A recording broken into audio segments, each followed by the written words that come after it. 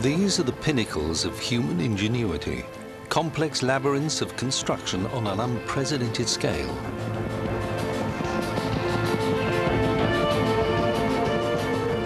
As the global population continues to explode, cities are getting larger and larger.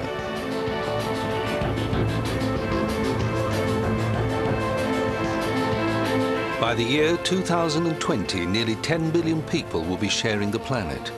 Nearly all of us will be jammed into endless masses of wood, steel, concrete and glass.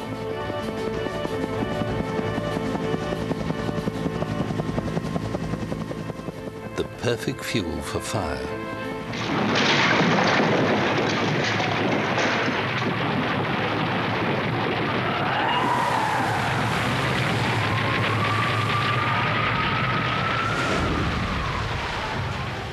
In the United Kingdom alone, nearly 500,000 fires break out every year, killing more than 700 people and injuring 12,000 more.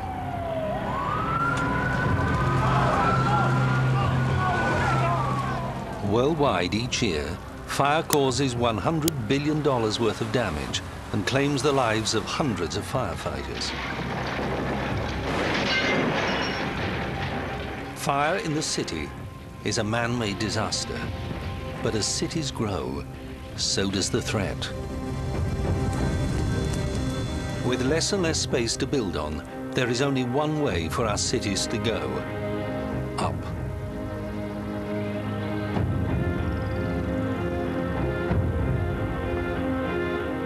Any building over 8 stories is classed as a high-rise. Worldwide, we have constructed nearly 100,000 of them, and every one has the potential to become a towering inferno.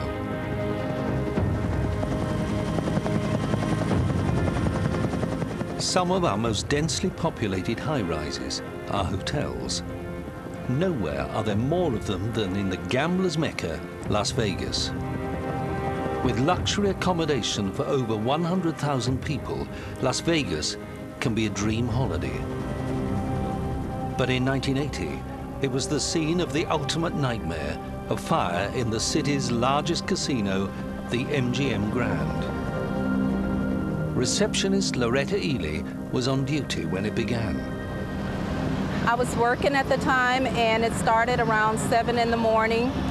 It was very calm walking through the casino, and all of a sudden we heard this loud explosion. And we didn't know exactly what it was, and we started to see some black smoke coming out. It was 7:20 a.m. The 26-story MGM had 5,000 guests. Most were unaware a small fire had started in an empty delicatessen and spread into a large ventilation cavity above the hotel's casino. As firemen arrived, red-hot gases began to collect in 1.3 million square feet of ceiling space. Just 1 minute later, they ignited in a giant fireball witnessed by Captain Bert Sweeney. As we looked back towards the delicatessen, we saw the fireball come out of the delicatessen opening in the wall and bounced off the upper deck and started coming down onto the casino floor. That's the point at which the plastic visor, like on our helmets here, had melted into a ball. Traveling at over 19 feet per second, it instantly ignited highly combustible gaming tables and carpets, engulfing the entire casino and everyone in it. I remember seeing some of the people running towards the west end of the casino trying to get out the main exits because that's where all the daylight was at. I assume that's what their impression was. It was the safest place to be. And the conflagration just rolled right over them. They didn't know it hit them. Couldn't have so fast. 11 people were dead. The firemen had barely escaped with their lives. The fireball was so powerful, it had incinerated an area as large as a football field in 12 seconds. But the trouble had just begun. Far away on the upper floors, guests were still unaware of the danger. Tragically, a faulty fire alarm had failed to alert them. Raging out of control, the intense fire in the casino was sending out a long-range killer. Inside it was dark smoke. You could feel the heat from the smoke. I inhaled some of the smoke and I started coughing very badly. My hair just fell out suddenly. At the time it was very hot. You couldn't see but one way out, and that was the exit through the garage.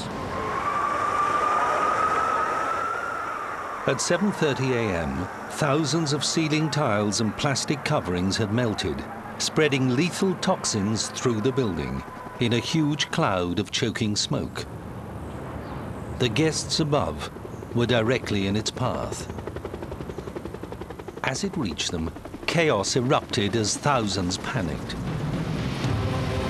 Stay in the building! Stay away from the window!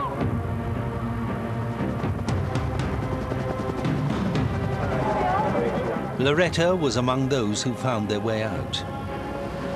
We were outside, we were standing waiting for the fire engine. We could see people, you know, looking out the window, dropping sheets, trying to escape, but it was no escape because at the time, everything below was inhaled with smoke, so they were trapped inside in their rooms.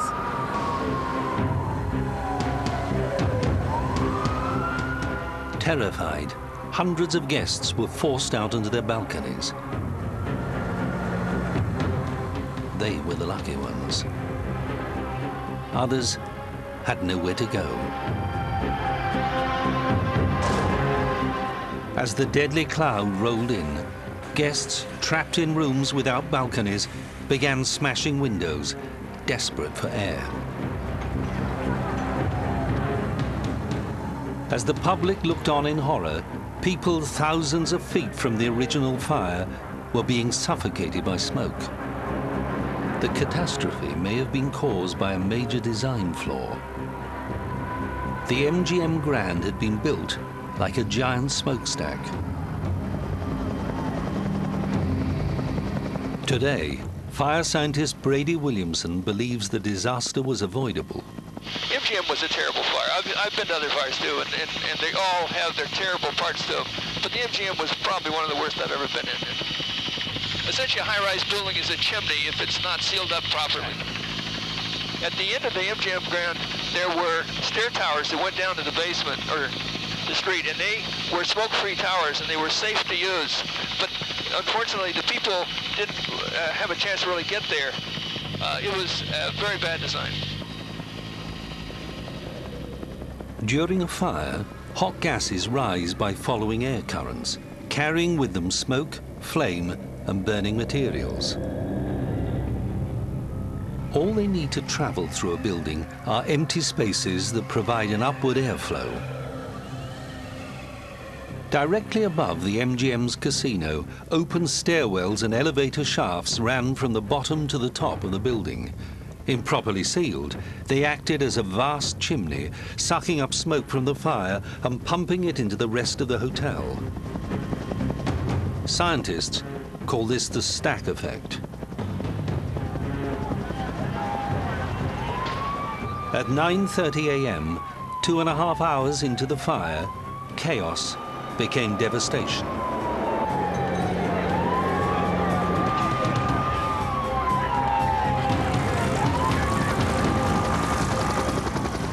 In a desperate attempt to rescue hundreds of people, helicopters dragged them from the roof.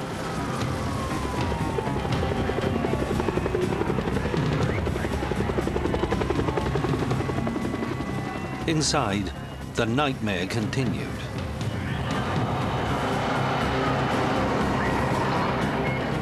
Blinded and choked by smoke, many victims died trying to find fire safety doors. Some who made it to safety then suffered heart attacks outside. Yet even as the death toll rose, many thought they were safe. In some rooms, guests sat and waited. Some even watched the fire on TV, unaware that an invisible killer was creeping towards them. Most people think that people who die in fires die from the flames. In fact, they die from smoke inhalation. And one of the nastiest products, or combustion products in the smoke, is CO, or carbon monoxide. When it has consumed most of the available oxygen, a fire in a confined space will produce large amounts of lethal carbon monoxide. Warm and buoyant, this invisible and odorless gas crept to the far reaches of the MGM. With no CO detectors in the building, its victims had no warning. Paramedic Steve Hudson discovered its deadly effects. There were rooms that you'd go in where the people were still in bed. You know, this was fairly early in the morning, and as some people do when they come to Vegas, they stay up late at night going to shows, and that's where you found them, were still in bed, and they had just succumbed to the gases while they were asleep. At 3 p.m., after 8 hours, all the survivors had been evacuated from the MGM. 85 people had lost their lives. Experts are still coming to terms with the deadly threat of fire in modern cities. An elemental force of nature, fire can destroy everything in its path with remarkable speed.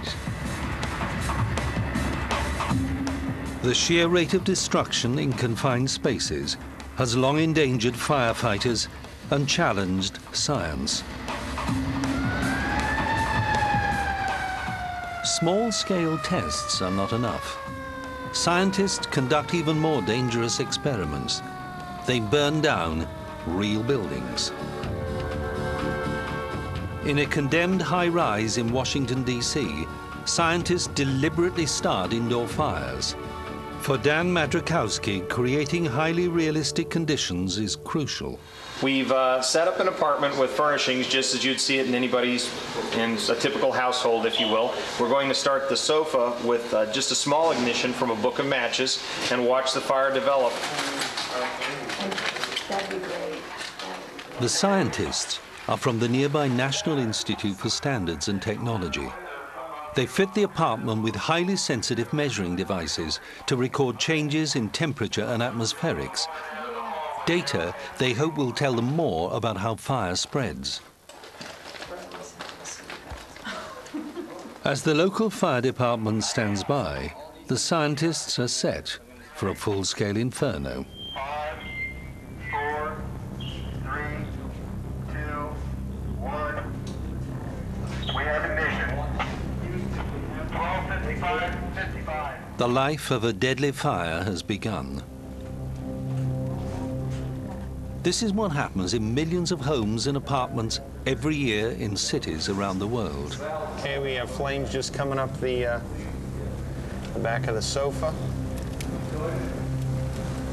Might be from a cigarette that was left there for a few hours, or a little kid playing with a lighter and giving it a little ignition. At this stage, the small flame is relatively harmless. In order to grow, it needs 3 vital ingredients: fuel, heat, and oxygen. The main source of fuel is the sofa. As it burns, the heat it produces decomposes chemicals in the wood and synthetic material. Rising as a complex concoction of flammable gases, they combine with oxygen in the room to produce a dazzling chemical reaction: flames. As the flames radiate heat downward onto the sofa, more and more fuel is consumed. As this deadly cycle repeats itself, the fire grows with frightening speed. Okay, we had 2 smoke detectors in the hallway that were getting activated. Now the fire's beginning to spread up the wall. You can start seeing heavier smoke building up against the ceiling. That's hot gas that's trapped there by the ceiling. Experiments like this have led scientists to a simple but alarming discovery. Fires are changing. After 105 seconds, this fire is much hotter than it would have been 20 years ago. The reason is that modern furnishing materials ignite more easily and burn faster than natural products like wool and timber. We can see the radiation from the fire just on the sofa starting to affect other objects in the room. 300 is the ceiling level. They're smoking, they're pyrolyzing, they're giving off additional fuel. That's additional fuel that's going up into that hot layer that's going to burn. 400 ceiling, 205 foot. In the 1950s, the average apartment fire took more than 15 minutes to peak at around 1400 degrees Fahrenheit. Today, they can hit a staggering 2000 degrees. In a little over 150 seconds, this test fire grew from a harmless flame to a raging inferno. The massive heat and energy it released destroyed the apartment in less than 3 minutes.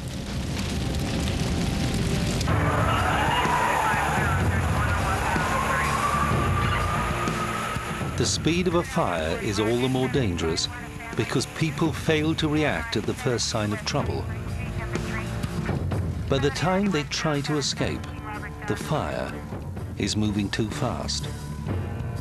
There can be a very fine line between somebody living and dying in a fire. It all depends on the decisions they make at the various stages and how they make them. Fire deaths can often be traced to human psychology. Just moments from disaster, many people behave as if there is no threat due to a strange response psychologists call commitment. When people are in buildings, they're there for particular purposes that they can be extremely committed to. And it takes quite a lot to actually break their concentration, to get them to turn away from these activities to do something else. Now, during the early stages of a fire, the signs can be really quite minor. And even when they start to become more obvious, people may just carry on what they were doing and put themselves into extreme danger. In 1995, a fire in a small department store in Edinburgh demonstrated this dangerous behaviour. The fire starts in a clothing rack while customers are shopping. After 20 seconds, an assistant goes for a fire extinguisher, but no one takes any notice. One of the problems is people don't often recognise how fast fires can grow, particularly fires in buildings. And this is because fires outside tend to grow relatively slowly, and that's the fires that most people are used to seeing. Inside buildings, fires usually have a period of very slow growth at the beginning, but then they grow very, very rapidly. And so people can stand near a fire that looks relatively small and then get trapped when it suddenly grows very rapidly. 2.5 minutes into the fire, with flames over 4 feet high, people continue to shop.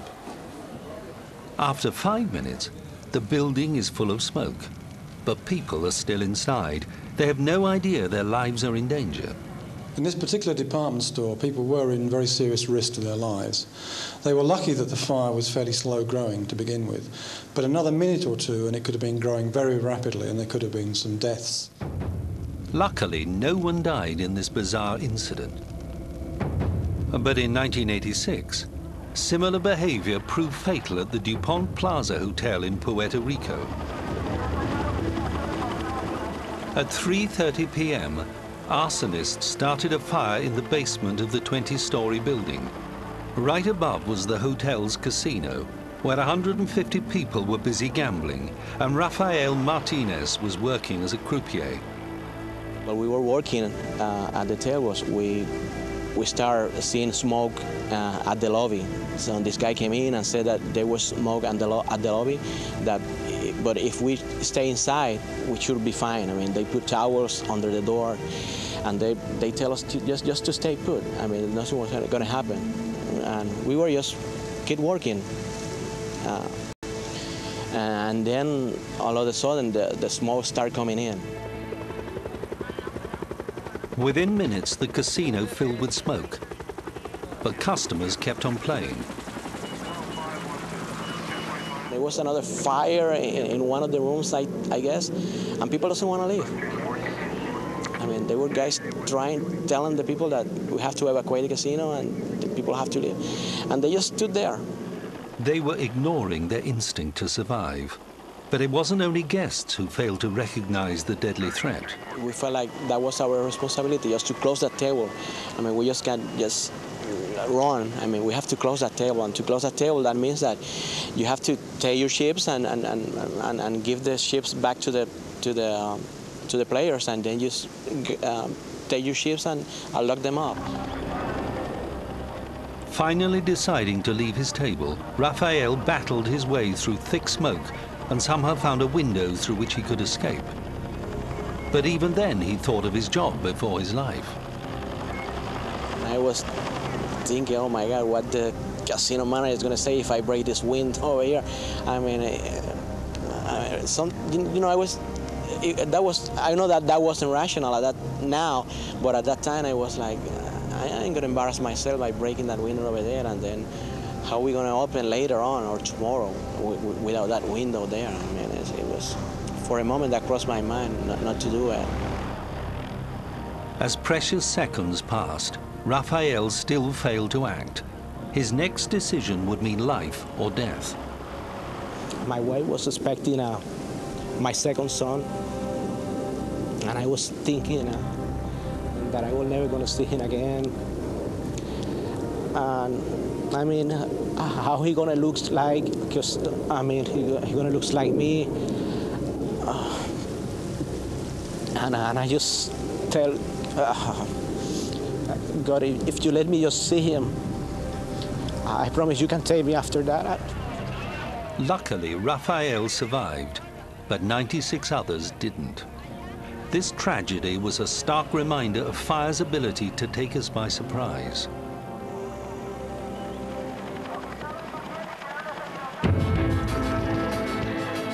The millions of buildings that make up our cities share one dangerous quality.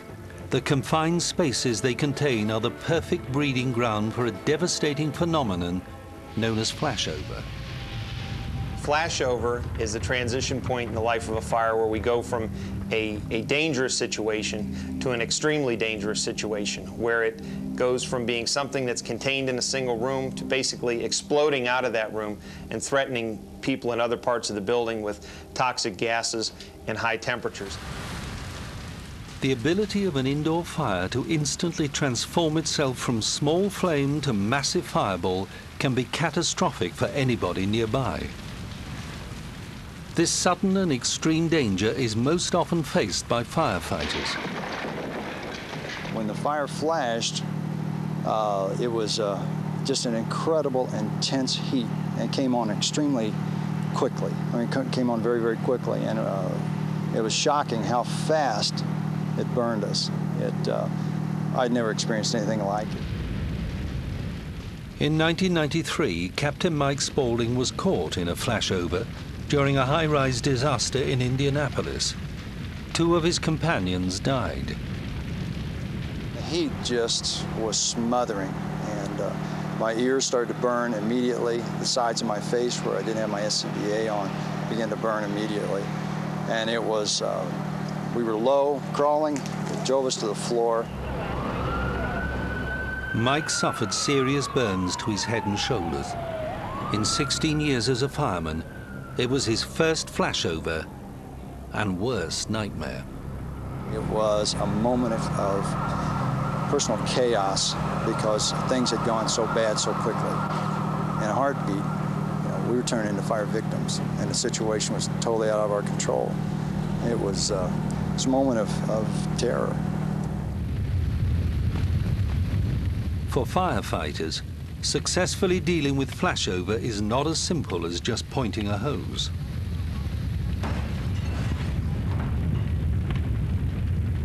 To master this hazard, they face it on their own terms at a specialist flashover facility in Indianapolis, USA.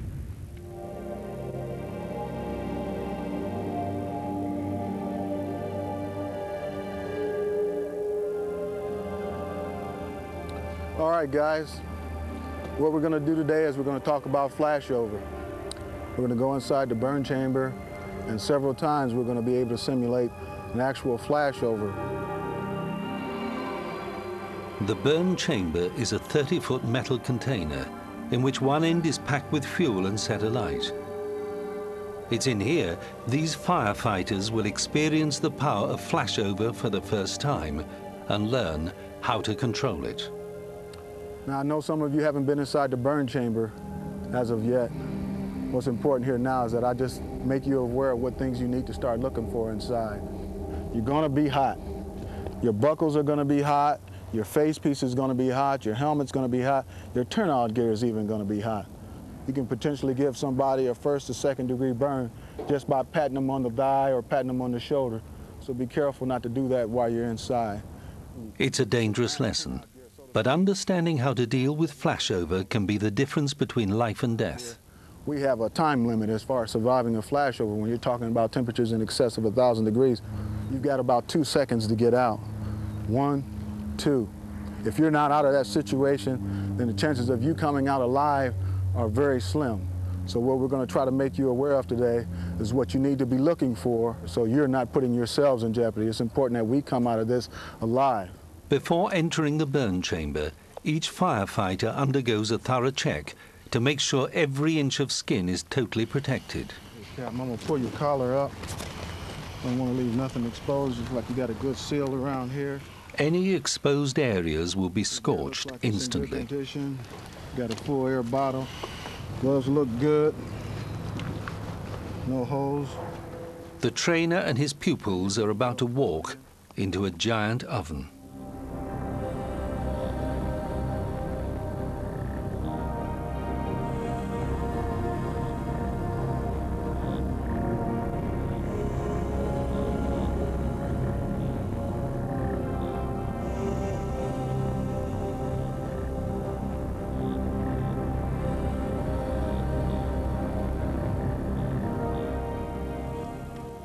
To reach the extreme temperatures of flashover, one end of the chamber is lined with chipboard and set alight. Allowed to burn freely, it intensifies in seconds. Now, what we've got an incipient stage fire, guys. You can see it licking up into the ceiling and heating up the side walls. And what's happening now, there's enough heat being produced that the particle board is breaking down. Resins in the wood disintegrate into flammable gases that rise to the ceiling. Unable to escape, they form hot layers of smoke. After 2 minutes, the temperature rises and the environment inside the chamber suddenly changes. Look at some of the smoke being sucked back to the base of the fire already. We being in the low pressure zone, it's allowing that fire to breathe. Up above us, we've got the high pressure zone, and the smoke up top and the heat up top is being pushed out, and the air is being sucked in on the bottom to feed that fire. The chamber now has 2 distinct temperature zones. At a relatively comfortable 300 degrees Fahrenheit, the firefighters are in the low zone, where there's plenty of clear oxygen.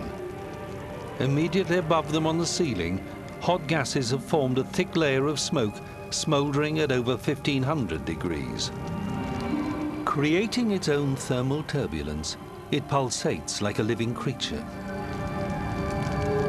As the heat intensifies, the firefighters wait for the telltale signs of a flashover. Okay, what we're waiting on right now, guys, is we're waiting on enough heat to generate a flash. We've already got our free burning going on. That's visible. We've got a thick, dark smoke over our heads. Everybody can see that. It's all around us. And I imagine somewhere on that ceiling, we've got some light rollover. Once I see that, that means flashover is impending. After 5 minutes, the gases in the ceiling are being heated by thermal radiation from the red-hot walls of the chamber, as well as the fire itself. As they near 1,600 degrees Fahrenheit, pockets of gas begin to chemically react with the cooler oxygen below them. Spontaneously combusting, the gas flutters to life in what is sometimes referred to by firefighters as the dance of the angels. See, I'm already starting to see some fire move across the room there, slowly but surely in the back. See how it's dancing in the smoke right there, guys? Notice how it's coming down the center there. She'll start spreading across the room, coming all the way back over our heads as she intensifies. That's the rollover I was talking about. As the gases ignite, they roll along the ceiling as one boiling mass. This is a firefighter's moment of truth. This is flashover. This is what firefighters don't survive. If you're a civilian and you're in that room, you can count it out, guys. It's over with. If you're a firefighter with your full protective gear, you're going to suffer inside there.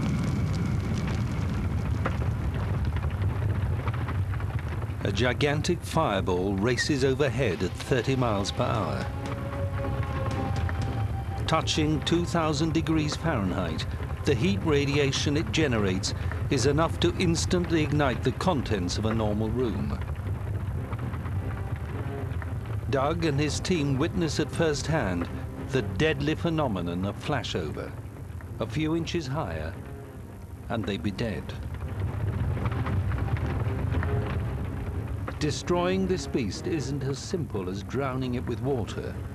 It's a matter of defying logic. As the team prepares for a second flashover, they learn a simple but life-saving lesson. Too much water can kill. Okay, guys, right now I'm going to do a temperature check. I'm going to introduce this fog stream into the atmosphere above our heads, and let's look up and see what happens. Using the wrong nozzle setting could cost a life. As the wide spray of water hits the hot smoke, it instantly expands into superheated steam. The scorching smoke it pulls down is hot enough to inflict severe injury on unprotected skin. When flames are already present in the smoke, the outcome is even more deadly. As cold water hits the fireball, it expands 1,700 times, surrounding firefighters in a ball of flame. This instant explosion of heat can trap the unwary. The answer is to aim the spray away from the flames and cool the environment first.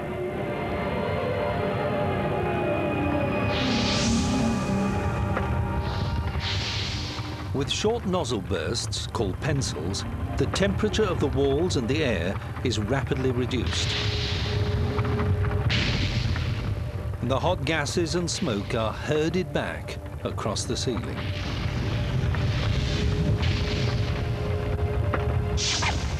This can take as little as 5 pints of water. With the overhead layer neutralized, the source of the fire can be attacked.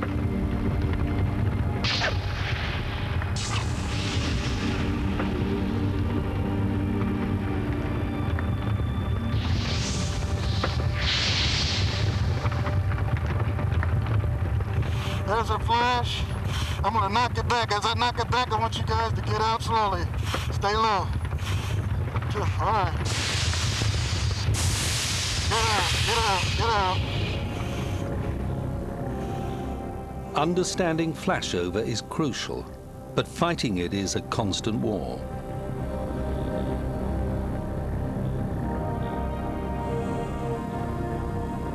In 1991, one of America's largest fire departments was to lose the battle.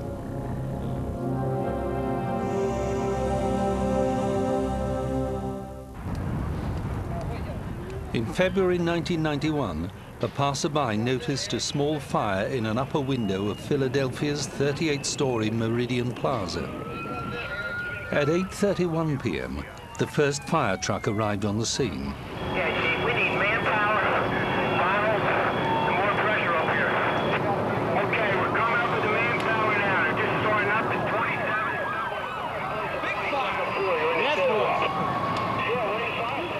The Philadelphia Fire Department was about to battle America's first towering inferno. Gas company's on location and shutting off the gas supply to the building. Starting in a small office, the fire spread fast. In just 12 minutes, it flashed over and engulfed the entire 22nd floor.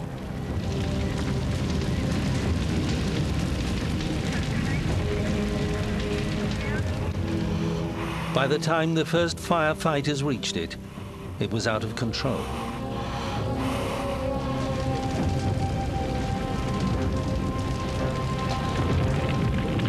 George Yeager was a battalion chief.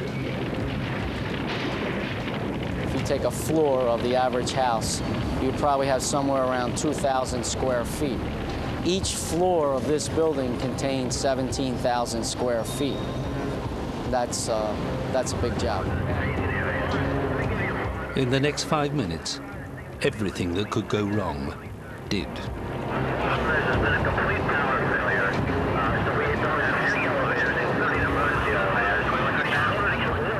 At 8:36, the electricity failed throughout the building. The controllable became the impossible. No lights, no pumps, no water. First thing it meant was that you had a fire that you literally could not fight. The Philadelphia Fire Department is used to putting fires out. Normal fire of this nature is 2 or 3 alarms. At this point, we had 12 alarms of firefighters here, which is approximately 150 trained and well-equipped firefighters who were basically helpless. During the next 2 hours, the fire spread over 4 floors. The heat it generated threatened the entire building and the lives of the firefighters battling inside its stairwells. 9 hours later, at 6 a.m., the fire was still out of control. A desperate decision had to be made. Yeah, Chief, we have heavy smoke and heat conditions down on the 23rd floor. We're going to have to get up and open them shaftways up. Don't get yourself cut off, but see what you can do to keep the fire from lapping over.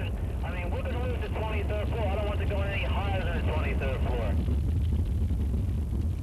In a last-ditch attempt to ventilate the roof, 3 firefighters became lost.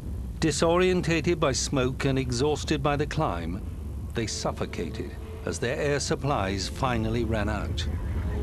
The Meridian Plaza had become so dangerous, the fire department decided to let it free burn.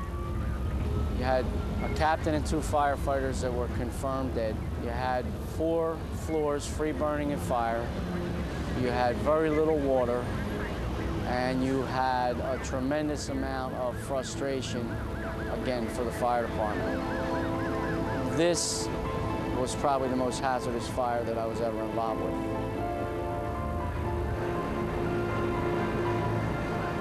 The Meridian Plaza blazed for 18 hours before finally burning itself out.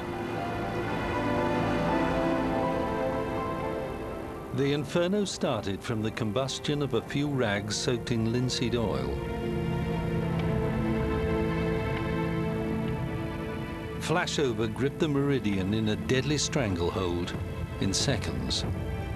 Sometimes, nothing can stop the beast.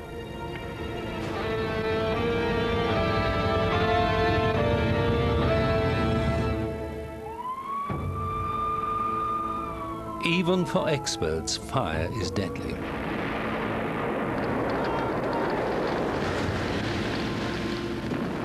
Every year, around 1,000 British firefighters are injured in the line of duty.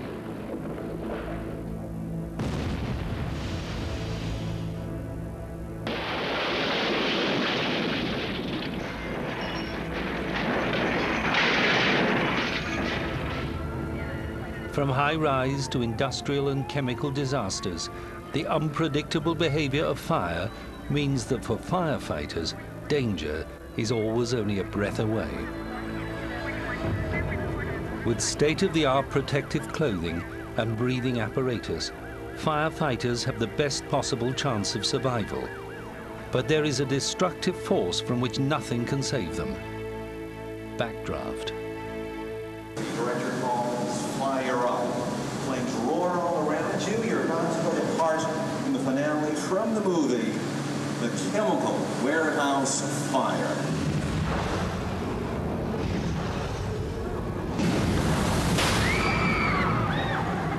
This audience is being treated to the thrills of the Backdraft ride at Universal Studios.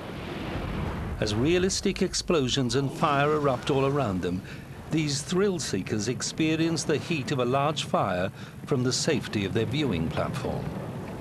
Real Backdraft is anything but a game. Backdraft is incredibly powerful. It can blow the roof off of a house. It can blow people through walls. The intensity of the explosion that's caused by backdraft. It can kill you instantly or blow you through a window and kill you later. but it's a very, very intense explosion. Backdraft's greatest threat is that it deceives its victims. Often occurring when a fire looks like it's only smouldering or even out. Its deadly attacks are almost impossible to predict. And this deceptive condition is created when a fire is starved of oxygen. As a fire burns in a room tightly sealed by doors and windows, it consumes oxygen faster than it can be replaced. Starved of oxygen, the flames die down, but as it smoulders, the room fills with flammable smoke and hot gases, fuel yet to be burned. All it needs for life is fresh oxygen. When a fireman opens a door or cracks a window, this explosive force is unleashed with terrifying power.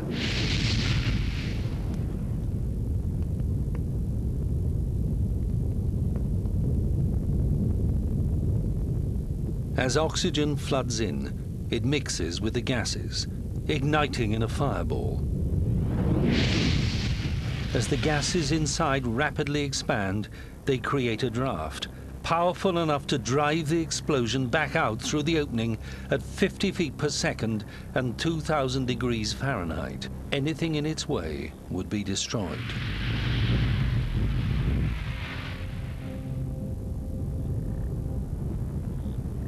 It is this sudden release of force that firefighters fear most.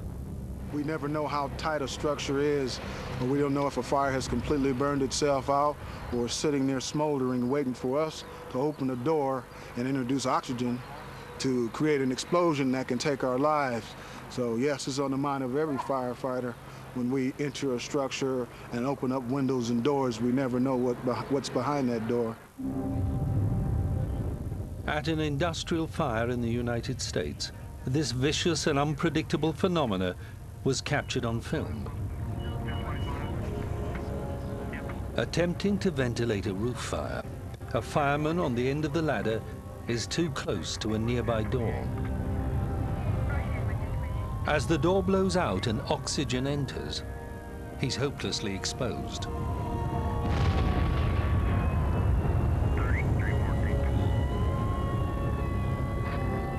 Traveling more than 60 feet, the backdraft takes less than a second to inflict horrible damage. The fireman somehow makes his way down the ladder. Incredibly, with severe burns to over 80% of his body, this man survived.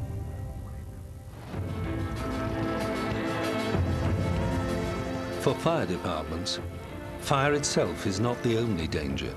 And the design of modern buildings means they have another obstacle to overcome: height.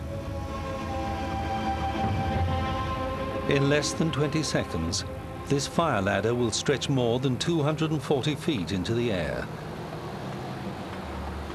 Longer than a jumbo jet and made of aluminium, it has 200 steps, yet weighs only 800 pounds. It is the latest and longest in ladder technology. But next to a giant building, it looks like a matchstick.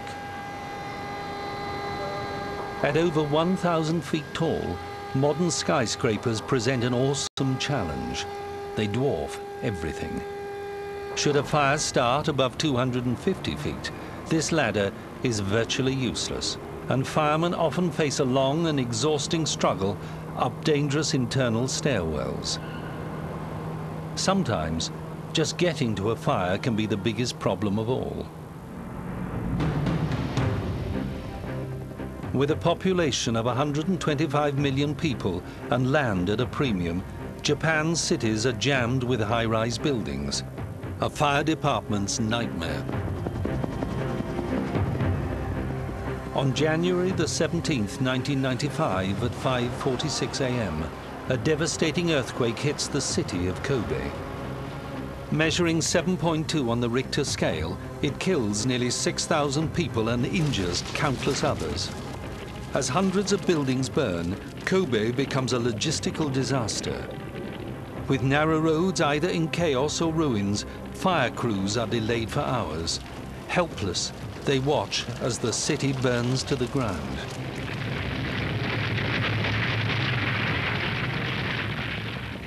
Better ways of reaching high-rise fires in Japan's vulnerable cities had to be found. Tokyo's fire department responded by thinking laterally. These helpless victims are trapped on the 15th floor of a burning building. The firemen coming to their rescue have just 15 seconds to reach them.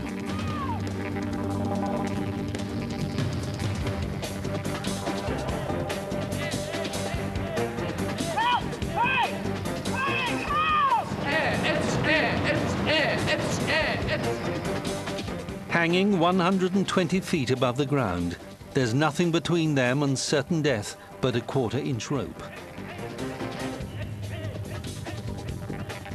Part of a fire department training drill in Tokyo, this exercise is designed to develop new ways of entering buildings.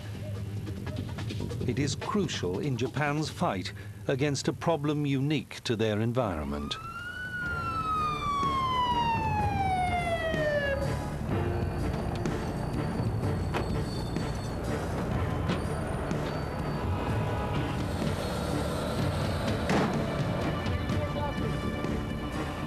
The use of new technologies in the ongoing battle against high-rise fires is essential for the safety of all city dwellers.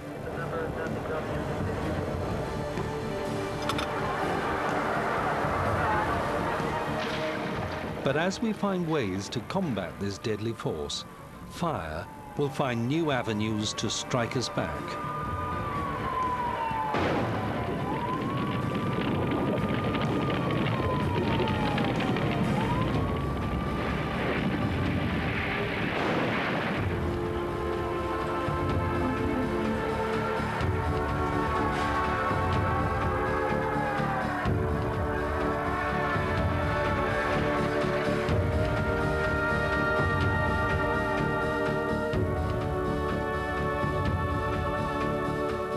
As we move into the future, our cities will grow larger, higher, and even more densely populated. As they do so, fires too will grow. A frightening reminder that fire in the city is forever our constant companion.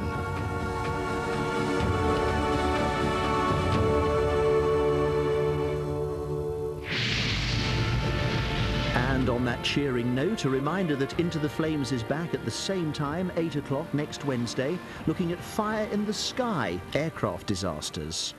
Surrounded by 50,000 gallons of fuel. As your aircraft hits the ground, you somehow survive. But you've only seconds. As the plane disintegrates around you, the fuel ignites. You're about to become a victim of an aircraft fire.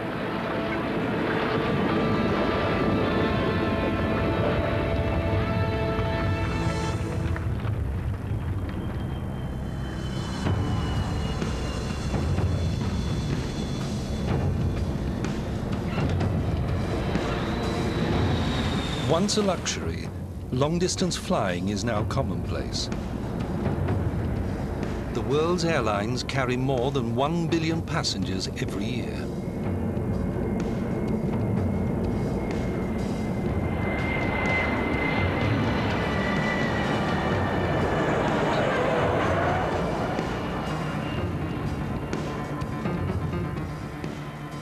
But for every passenger on every flight, the biggest fear is a crash. Since 1988, 14,000 people have died in aircraft accidents.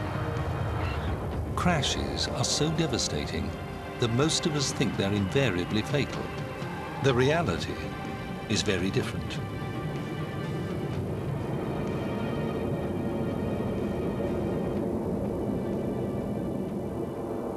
In 1965, the US Federal Aviation Administration staged a full-scale crash test.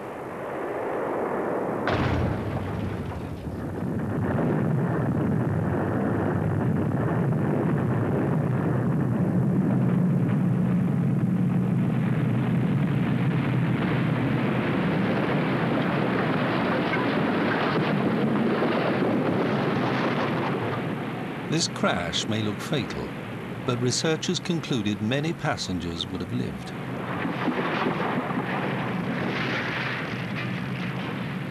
The force exerted on the dummies inside this aircraft is severe, but survivable. If you survive the impact, however, a terrifying threat remains: fire.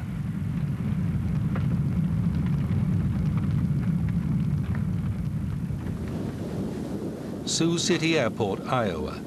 111 out of the 296 people on this aircraft are about to lose their lives.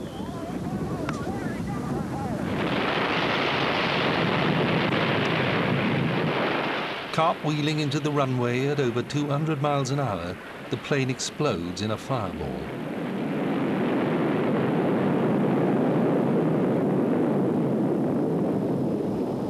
For everyone on board, this inferno began as just another flight.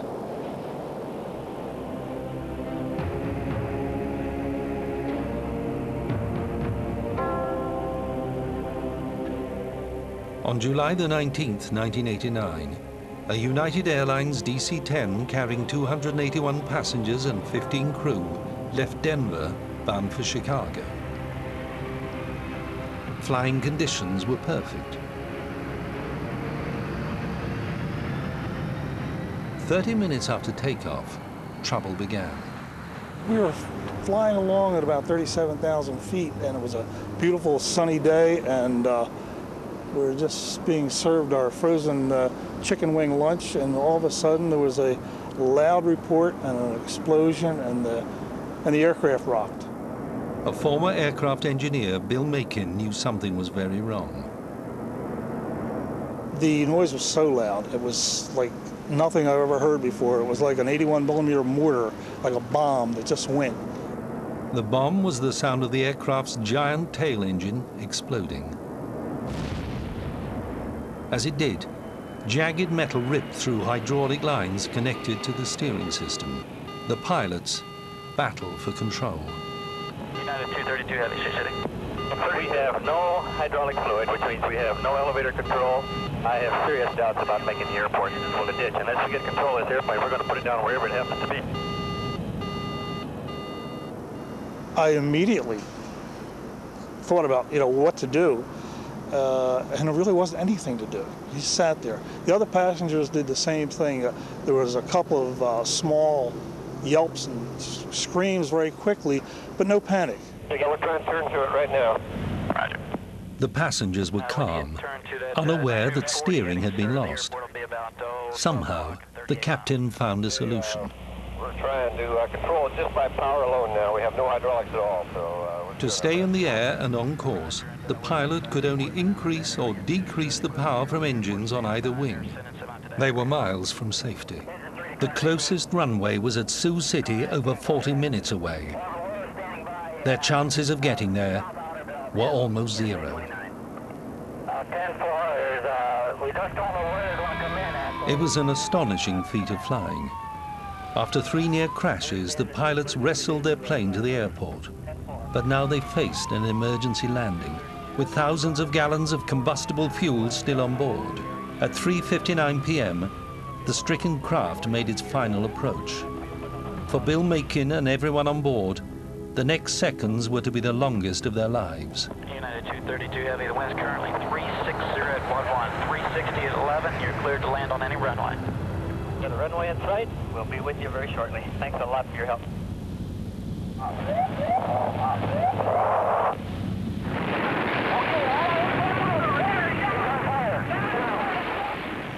The wingtip hit, and I thought, God, that's an awful hard hit. And it went up in the air, and I felt myself being propelled up and over like I was on a roller coaster. And then it hit again, and I thought, oh man, that's really hard. At that point, it was like a tornado, winds, debris. The very first image I have is on the wingtip landed, every overhead bin opened, and everything that was in it came out and flew through the cabin. The crash of the DC-10 was captured on video by a passerby. I remember tumbling and tumbling, And then the next thing I saw was a ball of fire coming down the aisle of the first class section, and it was approaching me. I actually felt the heat and saw the fire. I was probably 10, 15 feet away from me, and we slammed into the ground. I believe that's when the sections fell apart. Breaking into pieces, the aircraft rolled over and over in a terrifying fireball. Tumbling for over a quarter of a mile, what remained of the aircraft came to rest in a cornfield. Somehow, Bill was still alive. I found myself in this pit of wires and cables, and as the smoke was so thick and dark I couldn't see. Unbeknownst to me, I was upside down and hanging. I didn't realize I was disoriented. So as I undid my seat belt, I actually fell to the ceiling, which was on the bottom. As debris from the aircraft rained down, the fire department was already on its way. Having recently rehearsed a major drill for this very situation, they were on the scene in seconds. Inside the wreckage, time was running out. I was laid there, I think I went out again, and the next thing I recall was